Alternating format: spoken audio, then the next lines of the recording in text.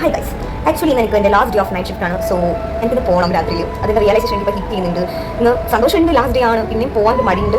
സാരില്ല, ഇങ്ങനെ പോയാൽ മതിയല്ലോ. ഇങ്ങനെ പോയാൽ മതിയല്ലോ. അപ്പോൾ അതിൻ്റെ അടുത്ത് നിൽക്കുന്നു.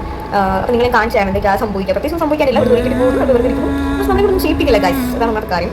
സോ എല്ലാം നിങ്ങൾ കാണിച്ചു തരാം.